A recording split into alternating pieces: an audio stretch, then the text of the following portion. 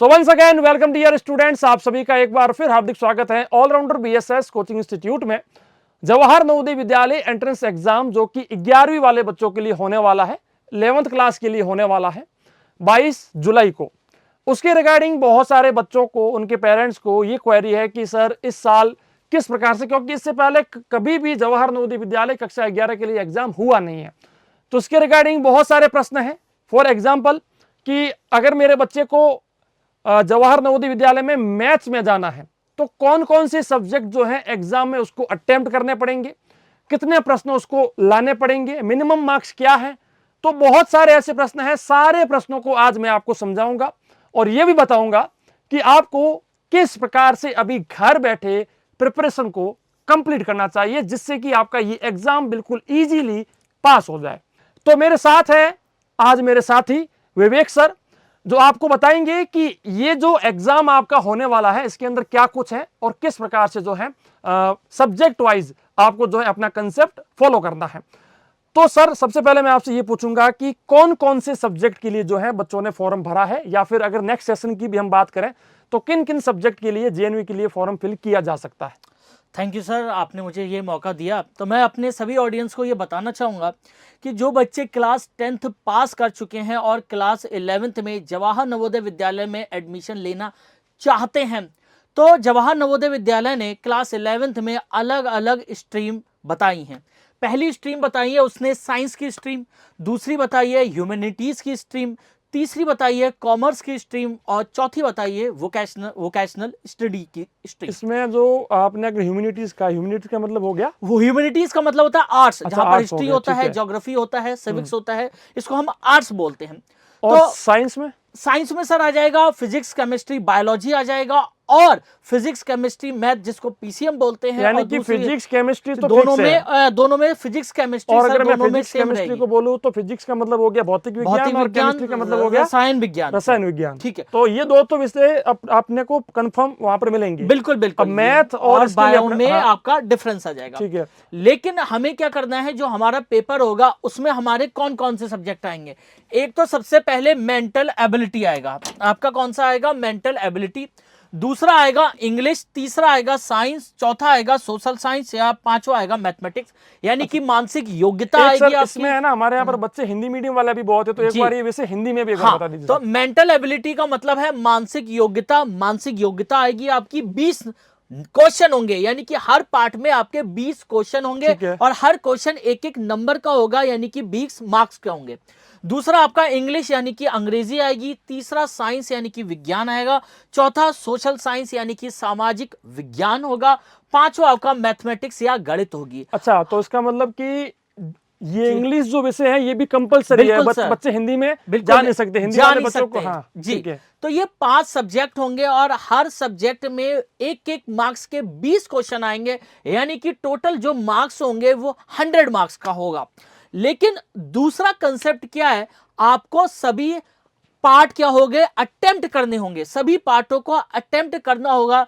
लेकिन इसमें तीसरा कंसेप्ट यह आ जाता है कि जिन बच्चों को अलग अलग स्ट्रीम चुनेंगे उनके मार्क्स उसी हिसाब से कैलकुलेट होंगे। कैसे होंगे, मैं आपको इस बारे में बातचीत करता हूं। अच्छा, पहले तो सबसे पहले जी सर, एक सबसे पहले मैं आपसे पूछ लूंगा कि जी सर ये कुल मिलाकर के कितने प्रश्न आएंगे? 100 प्रश्न आएंगे? जी सर बिल्कुल, और कुल 100 100 नंबर के प्रश्न आएंगे। होंगे? बिल्कुल ठीक है। सर। और इसमें सारे सेक्शंस को अटेम्प्ट करना कंपलसरी है? हाँ, मैं अपने ऑडियंस को बताना चाहूंगा कि सारे सेक्शन को अटेम्प्ट करना बिल्कुल जरूरी है, और सारे पार्ट्स में, सारे सेक्शन में मिनिमम मार्क्स तो लाके लेकर आना बहुत जरूरी है। उसके बाद ही आपकी कट ऑफ देखी जाएगी। और वो मार्क्स कितने लाने सर मिनिमम? मिनिमम हर सेक्शन में आपको 20 में से 6 मार्क्स लाना तो कंपलसरी है। यानी अगर आपके 6 मार्क्स में से हर सेक्शन में कम आए तो आपको उस सिलेक्शन प्रोसीजर अच्छा, में नहीं लिया इसका जाएगा। मतलब ये है कि अगर किसी बच्चे ने साइंस जी के सर लिए फॉर्म भरा है, जी ठीक है, अब साइंस के लिए उस बच्चे को, आपको पता ही है कि ये सब्जेक्ट जो है जी मानसिक योग्यता हो गया, ये सब पास करना है। जी जी अब इसमें तो मान लीजिए उसको 60 में से 60 आ गया, जी जी, लेकिन सोशल साइंस में 6 की जगह उसको आगे 4 मार्क्स आ तो गए, वो उसका तो फेल हो गया। सिलेक्शन फेल हो गया। तो अच्छा, बच्चा फेल क्या हो गया? अच्छा, फेल हो अच्छा, गया। यानी कि तो बेटा ये हर चीज का ध्यान सेक्शन रखना है में आपको। जी ये चीज का बहुत ज्यादा ध्यान रखना है कि अगर आप सोच रहे हो कि सोशल साइंस से तो मेरा कोई है ही नहीं इतना कंसेप्ट, लेकिन सोशल साइंस और जो भी सब्जेक्ट है तो 5 सब्जेक्ट में से 6 नंबर तो सब में लाना इंपॉर्टेंट है। जी। बाकी भले आप 60 में से 60 ले आओ, वो जी। फर्क नहीं पड़ता, लेकिन ये कम से कम 6 नंबर जो है हर जो है बिल्कुल सर। इसके अंदर आपको लेके आने पड़ेंगे। बिल्कुल, अच्छा हर सब सेक्शन में आपको मिनिमम 6 मार्क्स तो लाने ही हैं। अब अगला जो कंसेप्ट आता है वो आता है कि आपने स्ट्रीम कौन सी चुनी है और आपकी मेरिट लिस्ट कौन से सब्जेक्ट के आधार पर तय की जाएगी। अब मैं आपको बताता हूं। जी सर। ठीक है, आप वो मेरे को बताइए। उससे पहले मेरा एक छोटा सा प्रश्न है जी। माइंड में कि सर कितने घंटे का एग्जाम होगा ये? सर 2.5 घंटे का एग्जाम होगा, 2 घंटे 30 मिनट का 2 एग्जाम घंटे होगा। 30 मिनट सारे बच्चों के लिए? सारे बच्चों के ठीक है। लिए 2 घंटे 30 मिनट यानी का कि 100 एग्जाम नंबर होगा। का एग्जाम होगा, 2 घंटे और 30 मिनट का आपका ये एग्जाम। अच्छा ठीक है, ओके। 11 बजे से लेकर आपका 1:30 बजे तक रहेगा। ये बिल्कुल भी नोटिस में लिखा हुआ है कि 11 बजे आपका एग्जाम शुरू होगा और 1:30 बजे खत्म हो जाएगा। इसमें आपके सारे क्वेश्चन एमसीक्यू टाइप के होंगे, यानी कि मल्टीपल चॉइस क्वेश्चन, जिसमें 4 ऑप्शन होते हैं और आपको एक ओएमआर शीट प्रोवाइड कराई जाएगी। ओएमआर शीट की प्रैक्टिस करना बहुत जरूरी है, क्योंकि कई बार ऐसा होता है कि बच्चे आंसर तो बिल्कुल ठीक करते हैं पेपर में, लेकिन ओएमआर शीट में गलत गोला भर देते हैं। तो ओएमआर शीट की प्रैक्टिस आप जरूर करनी चाहिए। अगर आप ओएमआर शीट लेना चाहते हैं या उसकी प्रैक्टिस करना चाहते हैं तो आप हमारे कॉल सेंटर नंबर 7610879108 पर संपर्क करके ओएमआर शीट को घर मंगा सकते हैं और अपनी प्रैक्टिस को स्टार्ट कर सकते हैं। अच्छा, तो एक चीज बच्चों मैं आपसे पूछना चाहूंगा, जो भी यहाँ पर यूजर इस वीडियो को देख रहे हैं, अपना नाम बताइए कमेंट सेक्शन में और बताइए कि आपने किस जिले के लिए, कौन से स्ट्रीम के लिए जो है जेएनवीए के लिए फॉर्म भरा है या फिर आप एग्जाम के लिए सोच रहे हैं। ठीक है, तो सर मेरा नेक्स्ट प्रश्न आपसे ये रहेगा कि जैसे कि यहाँ पर आपने दिखाया हुआ है, अब मुझे स्ट्रीम वाइज, मतलब कि मान लीजिए कोई बच्चा साइंस में जा रहा है जी। या वो अगर ह्यूमैनिटीज में जा रहा है, कॉमर्स में जा रहा है, वो किसने सब्जेक्ट क्या है, इसको किस प्रकार से चूज किया जाएगा या फिर इसके अंदर किस प्रकार से बच्चों को लिया जाएगा, तो ये थोड़ा सा कंसेप्ट मुझे थोड़ा जो है बताइए बच्चों को भी। तो बच्चों, अगर आप साइंस स्ट्रीम को सेलेक्ट करते हैं तो जब आप 11वीं क्लास में पहुंचेंगे तो फिजिक्स और केमिस्ट्री आपके कंपलसरी सब्जेक्ट होंगे ही होंगे। डिफरेंस कहां होगा? मैथ में और बायोलॉजी में, यानी कि गणित में और जीव विज्ञान में डिफरेंस होगा। आपकी फिजिक्स और केमिस्ट्री बिल्कुल 11वीं में आपको कंपलसरी सब्जेक्ट होंगे। अब मैं अगली बात बताना चाहूंगा कि आपने 5 सब्जेक्ट, 5 जो सेक्शन है उसमें अपने क्वेश्चन को अटेम्प्ट करें, लेकिन जिन बच्चों ने साइंस स्ट्रीम को सेलेक्ट किया है उनके जो कट ऑफ, यानी उनकी जो मेरिट बनेगी वो 3 सब्जेक्टों के आधार पर बनेगी। पहली है मेंटल एबिलिटी, दूसरी है साइंस या तीसरी है मैथमेटिक्स। तो यानी कि मतलब कि इनको सोशल साइंस को अटेम्प्ट नहीं करना है? नहीं, बिल्कुल नहीं, ऐसा नहीं है। मैंने पहले एक्चुअली ये सोचा था, अटेम्प्ट करना है। जब ये पहली बार लॉन्च हुआ तो क्योंकि बहुत ही न्यू कंसेप्ट है, जी, तो मैंने सोचा कि साइंस वाला बच्चों को only science and math he attempt करना है, लेकिन वो चीज नहीं है। नहीं, अटेम्प्ट सारे करने हैं। अटेम्प्ट सारे करने हैं और सारों को सेक्शन में आपको मिनिमम 6 मार्क्स तो लाने ही लाने हैं। अच्छा, माइनस मार्किंग? माइनस मार्किंग है ना सर? नहीं, इसके अंदर मेरे ख्याल से नहीं है। माइनस मार्किंग का कोई कंसेप्ट नहीं है। ओके, माइनस मार्किंग का कंसेप्ट लेकिन अधिकतर में होता है, लेकिन इसमें माइनस मार्किंग का कंसेप्ट नहीं है। नहीं दिया हुआ है। मतलब कि आप सारे क्वेश्चंस भले अटेम्प्ट कर लो, आ रहा है भले नहीं आ रहा है जी, तो आपको दिक्कत की बात नहीं है कि भाई मेरे मार्क्स जो है वहां से लेस हो जाएंगे, ऐसा कोई कंसेप्ट है नहीं जी। तो कुल मिलाकर ये है कि अगर वो साइंस में जाना चाहता है तो सोशल साइंस अटेम्प्ट भी करनी पड़ेगी। बिल्कुल, सोशल साइंस अटेम्प्ट करनी पड़ेगी और इंग्लिश भी अटेम्प्ट करनी पड़ेगी, बात ध्यान रखनी है। अच्छा, लेकिन मेरिट उसकी 60 नंबर पर ही बनेगी। मेरिट उसकी, जो बच्चा साइंस स्ट्रीम लेना चाहता है उसकी मेरिट 3 सब्जेक्टों पर बनेगी। एक तो मेंटल एबिलिटी, दूसरा साइंस और तीसरा मैथमेटिक्स, यानी कि 60 नंबर पर उसकी मेरिट बनेगी। लेकिन सेक्शन सारे अटेम्प्ट करने हैं और हर सेक्शन में मिनिमम 6 मार्क्स लेकर आने, ये बात आपको ध्यान में रखनी है। कुल मिलाकर के वैसा हो गया कि जैसे कि यूपीएससी में होता है कि पहले एक एग्जाम को सिर्फ पास करना है, वो सिर्फ एग्जाम को पास ही करना है, उसका मार्क्स कैलकुलेट नहीं होगा।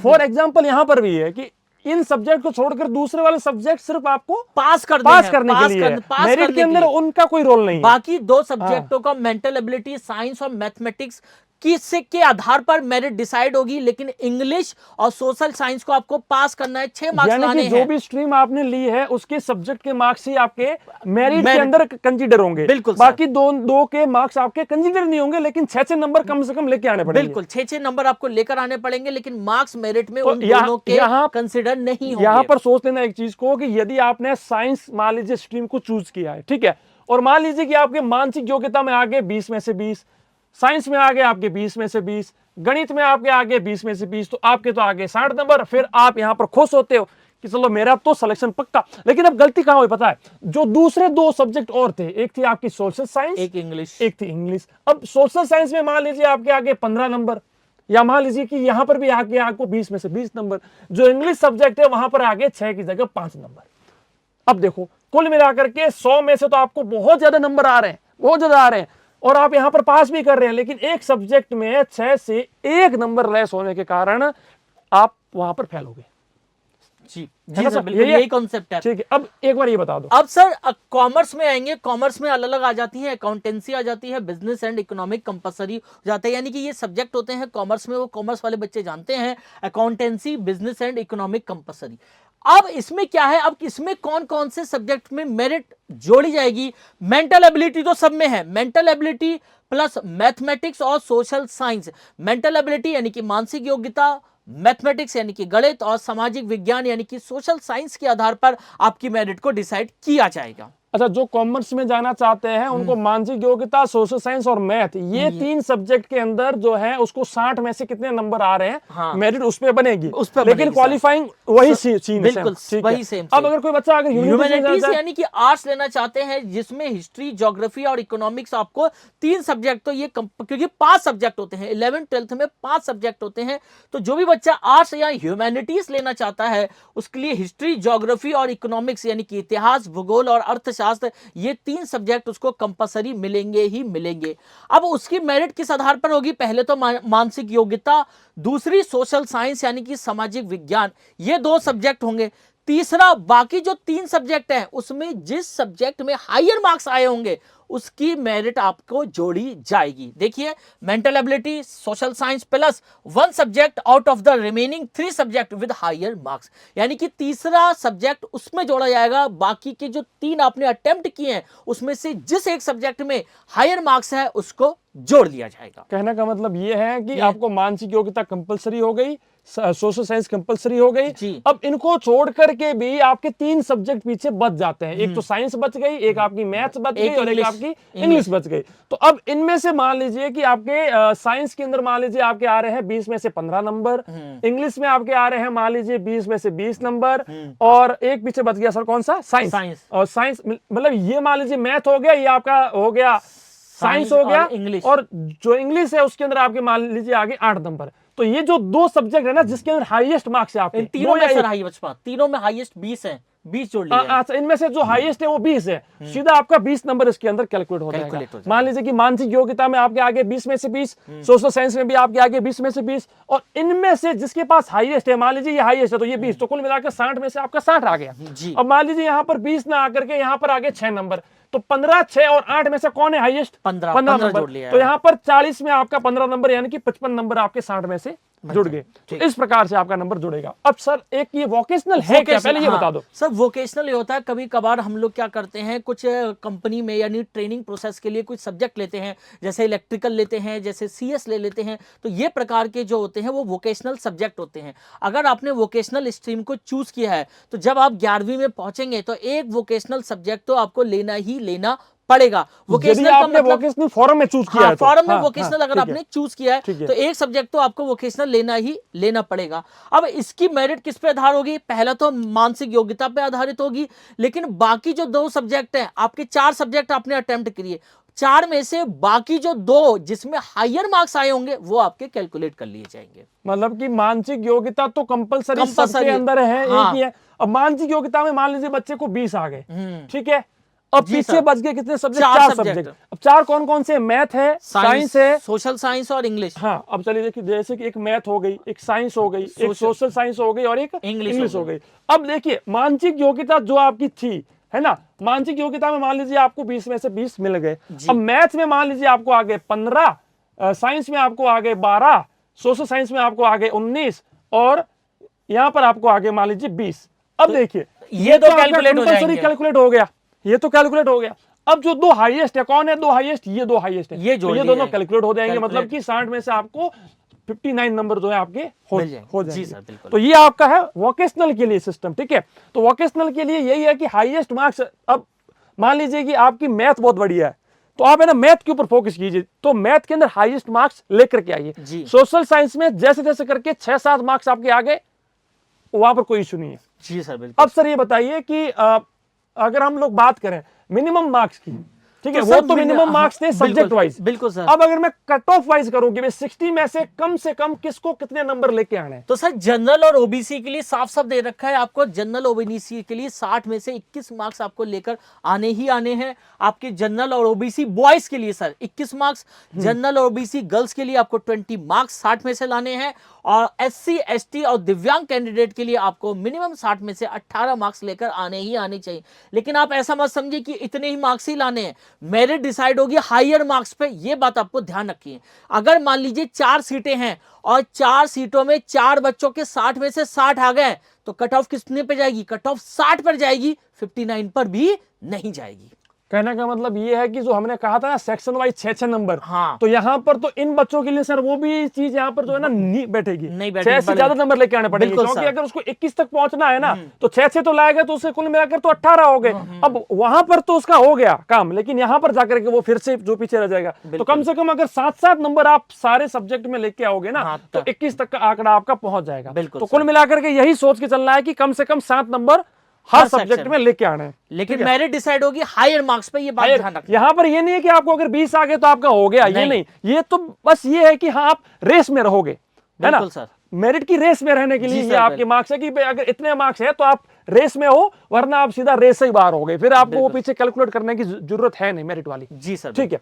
अब सर मुझे ये बताओ कि अगर किसी बच्चे की, जैसे कि मैंने आपको बताया कि मान लीजिए कि 4 बच्चे हैं, एक जेएनवी है, जी ठीक, एक जेएनवी है, वहां पर साइंस के लिए 2 सीट खाली है, ठीक है। अब 4 बच्चे ऐसे हैं जिनके बराबर मार्क्स आ रहे हैं, 60। अब सर क्या होगा? सर ऐसा होगा, जब भी टाई का सिस्टम होता है तो टाई के सिस्टम में आपके ए बी सी डी 4 आपको वो कैलकुलेशन दे रखी है। मान लीजिए 2 बच्चों के टाई मार्क्स हैं, टाई मार्क्स का मतलब 58 और 58 मार्क्स हैं, ठीक है। अब पहले केस में क्या होगा, मेंटल एबिलिटी को छोड़ दीजिए, मेंटल एबिलिटी को छोड़कर बाकी जो 2 सब्जेक्ट में जिसके हायर मार्क्स है उसको क्या होगा, नंबर 1 पोजीशन पर होगा और दूसरे वाले को 2nd पोजीशन पर आ जाएगा। मेंटल एबिलिटी के सब्जेक्ट को छोड़ दो, बाकी जो 2 सब्जेक्ट में जिसके हायर मार्क्स हो गए वो पहली पोजीशन पे और जिससे कम मार्क्स होगा वो दूसरी पोजीशन। कहने का मतलब अगर देखिए अगर 60-60 वाला है तो फिर सर ना मानसिक योग्यता भी उनके बराबर आई है, क्योंकि उनको आया 20-20 नंबर। बिल्कुल। अगर हम मान लीजिए 60 की जगह सारे बच्चों को 50-50 नंबर आ गए, सपोज करो कि 4 बच्चे हैं या फिर मान लीजिए 2 बच्चे हैं और यहाँ पर हमारे 1 सीट खाली है, तो दोनों को 50-50 है। अब मानसिक योग्यता का कंसेप्ट छोड़ दो, जी। मानसिक योग्यता को छोड़कर जो 2 सब्जेक्ट है, फॉर एग्जांपल ये दोनों बच्चे हैं मैथ साइंस के, अब इस बच्चे को साइंस में मान लीजिए आए हैं 20 नंबर, ठीक है, और मैथ में इसको आए हैं 15 नंबर जी। इसको जो है मान लीजिए आगे 20 और इसको आगे 14, 40 में से होगा सर ये, हाँ ये 40 में से होगा। हाँ। तो 40 में से 20 और ये आगे 15 जी, एक ये आ गया 20 और 15। हाँ। अब क्या होगा, मान लीजिए अब भी टाई हो गया, अब भी टाई हो गया, यानी कि अब बाकी जो 2 सब्जेक्ट हो गए फिर टाई हो गया। नहीं, मान लीजिए अगर ना हुआ टाई, मान लीजिए यहाँ पर एक के 20 आ गया, एक के 14 आ गया, तो ये सिलेक्शन होगा, इसका सिलेक्शन होगा सर, सीधा इसको ले लेंगे, इसको ले लेंगे सर। अब मान लीजिए कि इसको आ गया 19 और इसको यहाँ पर आ गया 16, तो ये तो मार्क्स तो हो गए बराबर ही हुए ना। हाँ, अब मार्क्स बराबर मिलाकर मार्क्स बराबर है, तो फिर हम लोग तब हम क्या करेंगे, अब फिर से अगर पहला सेक्शन ए कंप्लीट नहीं हो पा रहा है, फिर अगर फिर भी मार्क्स बराबर आ रहे हैं, उस केस में क्या होगा, उन दोनों के 40 में से मार्क्स भी सेम आ रहे हैं। हाँ, अब क्या होगा, उस केस में क्या होगा कि जिसके टोटल 100 में से ज्यादा मार्क्स है उसको नंबर 1 पोजीशन पर ले लिया जाएगा। अच्छा, जो यानी कि फिर है ना 100 के ऊपर आपकी मेरिट बन जाएगी। हाँ, 100 के ऊपर कैलकुलेशन होगी, 100 में से 100 में से कितना आ रहा है, 100 में से कितना आ रहा है। अब ये भी हो रहा है कि 100 में से भी बराबर हो रहे हैं। हाँ, तीसरे केस में क्या हो, मान लीजिए 100 में से भी बराबर हो रहे हैं, तीसरे केस में फीमेल कैंडिडेट को प्रेफर किया जाएगा, साफ साफ लिखा है। और अगर मान लीजिए दोनों अगर फीमेल है, हाँ sir, then even if the exists female candidate will be preferred. If tie is not resolved, candidate whose age is less than preferred. अगर दोनों फीमेल हो रही हैं तब जिसकी आयु कम होगी, जो छोटी होगी एज में, वो लिया जाएगा। फिर इससे लंबा प्रोसेस तो वैसे नहीं जाएगा नहीं, और अगर जाएगा तो फिर वो उसके बाद में वो लोग सोचेंगे कि भाई अब और आगे क्या इससे ज्यादा नहीं जाएगा। वैसे यहीं पर लगभग यहीं पर लोग सॉल्व हो जाते हैं, या फिर यहाँ तक सॉल्व हो जाते हैं, ठीक है सर, ये हो गया। इसको छोड़कर सर अब ये बता दो बच्चों को, थोड़ा जी। एक मूल मंत्र दे दो जी। कि कैसे अब मतलब कि क्या करना है, क्योंकि बहुत सारे कोचिंग वाले कुछ क्या बताएंगे कुछ क्या जी। बताएंगे। मेन मूल मंत्र मतलब कि अगर कोई बच्चा आज मान लो ये चाहता है कि अब तक तो सर मैंने कुछ नहीं किया, मध्य हाथ रख के बैठा था, जी। अब बताओ मैं कहां से स्टार्ट करूं। सबसे पहले जितने भी बच्चे एग्जाम देने जा रहे हैं वो एक सब्जेक्ट तो है कॉमन मेंटल एबिलिटी यानी कि मानसिक योग्यता। अब बच्चों को क्या करना है कि मानसिक योग्यता पे अपनी सबसे पहले पकड़ बनानी है, यानी कि 20 में से 20 मार्क्स तो लेकर आने हैं और सभी बच्चों को लेकर आने हैं, क्योंकि सभी बच्चों के मार्क्स मेरिट लिस्ट में मानसिक योग्यता पे 100% डिपेंड करते हैं। मानसिक योग्यता का पोर्शन बिल्कुल भी आपको नहीं छोड़ना है। सबसे ज्यादा इंपॉर्टेंट मानसिक योग्यता है सर। मानसिक योग्यता, और मानसिक योग्यता के लिए कोई बुक बढ़िया? सर मानसिक योग्यता के लिए हमारे बहुत सेक्शन है। ऑलराउंडर बीएसएस का ये प्लेटफॉर्म वीडियो अपलोड करता है, पुराने वीडियो नॉन वर्बल और वर्बल के आपके पड़े हुए हैं, आप जाके देख सकते हैं। अगर बुक की बात करें तो आप आरएस अग्रवाल की बुक भी आप लगा सकते हैं, वर्बल और नॉन वर्बल रीजनिंग की। यहाँ पर कहने का मतलब यही है कि यदि आपके आसपास कोई बुक स्टोर के अंदर बढ़िया बुक मिलती है मानसिक योग्यता की, नॉन वर्बल और वर्बल, हाँ। ठीक है, नॉन वर्बल का मतलब ये होता है जहां पर है ना फोटो वोटो शो करते हैं, वो जो मतलब होते हैं बिल्कुल वो वाले प्रश्न होते हैं। और अगर वर्बल की बात करें तो वहां पर संख्याएं वर्ड ऐसे कुछ लिखे होते हैं, वो सारे प्रश्न होते हैं। तो ऐसी बुक अगर आपको मिल जाए तो बहुत बढ़िया, वरना यूट्यूब के ऊपर बहुत सारा कंटेंट मिलता है, बहुत सारे यूट्यूब पर जो है इसके ऊपर कंटेंट बना रहे हैं, तो आप जाकर के देख सकते हैं। और ऑलराउंडर बीएसएस का प्लेटफॉर्म भी आपको मेंटल एबिलिटी की तैयारी कराने में बिल्कुल हेल्प करेगा। ओके, और अगर मानसिक योग्यता को छोड़े हाँ तो मानसिक मैथ, साइंस, जी सोशल साइंस, ये तो मेरे ख्याल से जो एनसीईआरटी इन लोगों ने पढ़ी है जी सर, वही किताबें पढ़ लें। सर अगर आप फिजिक्स स्ट्रीम या साइंस स्ट्रीम में लेना चाहते हैं तो वो बच्चे दो सब्जेक्टों पर ज्यादा फोकस करें। फोकस तो सभी पर करना है, पर ज्यादा फोकस आपको मैथ और साइंस पे करना है, जो बच्चे साइंस स्ट्रीम को लेना चाहते हैं। जो बच्चे कॉमर्स स्ट्रीम को लेना चाहते हैं वो फोकस करें मैथ और सोशल साइंस पे। जो बच्चे आर्ट्स लेना चाहते हैं वो किन्हीं भी दो सब्जेक्ट पे फोकस कर सकते हैं, चाहे सोशल साइंस पे या इंग्लिश पे ज्यादा फोकस करें। और सोशल साइंस पे तो फोकस करना ही करना है, आर्ट्स वाले बच्चे को किसी और सब्जेक्ट पे ज्यादा फोकस कर लें। और जो वोकेशनल सब्जेक्ट लेना चाहते हैं वो किन्हीं भी दो सब्जेक्टों को ले ले और उन पे ज्यादा फोकस करें। एक चीज मैं आपको बताना चाहूंगा, बच्चों को भी बताना चाहूंगा, क्योंकि मैं सीबीएसई का स्टूडेंट रह चुका हूं। जी सर बिल्कुल। तो आई नो अबाउट सीबीएसई की सीबीएसई जो पेपर बनाता है वो एनसीईआरटी से बाहर लगभग 20-25% कंटेंट बाहर का दे देता है। तो यहाँ पर सिंपल फंडा है कि सीबीएसई यहाँ पर भी जो है आउट ऑफ कंटेंट जो है उसको आपको जो है प्रश्न देखने को मिलेंगे, ये श्योर है। क्योंकि सीबीएसई ने जब भी कोई पेपर आपके लिए बनाया है तो वो लेवल को थोड़ा सा छोड़ के, यानी कि कंसेप्ट वही रहेगा लेकिन थोड़ा हाई लेवल के अंदर जाकर के वो प्रश्न लेकर के आएगा। तो इस चीज के रिगार्डिंग कौन सी बुक या फिर क्या बच्चों को करना चाहिए? मैं बच्चों से ये कहना चाहूंगा कि आपके देखिए अब आपको थ्योरी वाला पोर्शन नहीं करना है, आपको करना है एमसीक्यू टाइप के क्वेश्चन, आपको करना है असर्शन रीजन वाले यानी कथन कारण वाले क्वेश्चन। आपके पास जो भी क्लास 10th में आपकी रेफरेंस बुक चल रही हो, कई बार मैथ के लिए बच्चों के लिए आरडी शर्मा चलती है, बहुत सारी बुकें चलती हैं, सोशल साइंस की भी, जो भी आपके पास रेफरेंस बुक हो उन रेफरेंस बुक के सभी एमसीक्यूज और सभी असर्शन रीजन के क्वेश्चन लगा डालिए। हम भी लगातार आपके लिए क्लासेस लेकर आ रहे हैं। तो बस आपको थ्योरी पोर्शन मतलब जो लिखना नहीं है, अब आपको एमसीक्यू करना है, तो अपनी प्रिपरेशन एमसीक्यू के हिसाब से आप स्टार्ट करें। कुल मिलाकर के यदि आप फिर भी आपको कोई कंटेंट के अंदर दिक्कत है तो हमारे YouTube चैनल के ऊपर भी बहुत सारे कंटेंट हम लोग जो है अपलोड कर रहे हैं। मैथ हो गया, साइंस हो गया, जो महत्वपूर्ण प्रश्न है जो पूछे जा सकते हैं वैसे प्रश्न हम लोग लेकर के आ रहे हैं। तो सारे वीडियोस को देखिए, वीडियो को लाइक कीजिए, वीडियो को शेयर कीजिए, YouTube चैनल को सब्सक्राइब कीजिए। और एक छोटी सी इन्फॉर्मेशन, यदि आपका कोई भाई, बच्चा, बहन कोई जवाहर नवोदय विद्यालय या सैनिक स्कूल 6th या 9th के लिए प्रिपरेशन कर रहे हैं तो हमारे एंड्रॉइड ऐप को इंस्टॉल करना ना भूलें। ऑनलाइन बैचेज, कंप्लीट कोर्सेज आपको घर बैठे दिए जाते हैं। या फिर आप नीचे दिए गए हेल्पलाइन नंबर के ऊपर कॉल या व्हाट्सएप कीजिए, आपको हेल्प की जाएगी। हम मिलेंगे आपसे हमारी ऐसी किसी नेक्स्ट खास वीडियो में, तब तक के लिए जय हिंद, वंदे मातरम, जय भारत, नमस्कार। नमस्कार।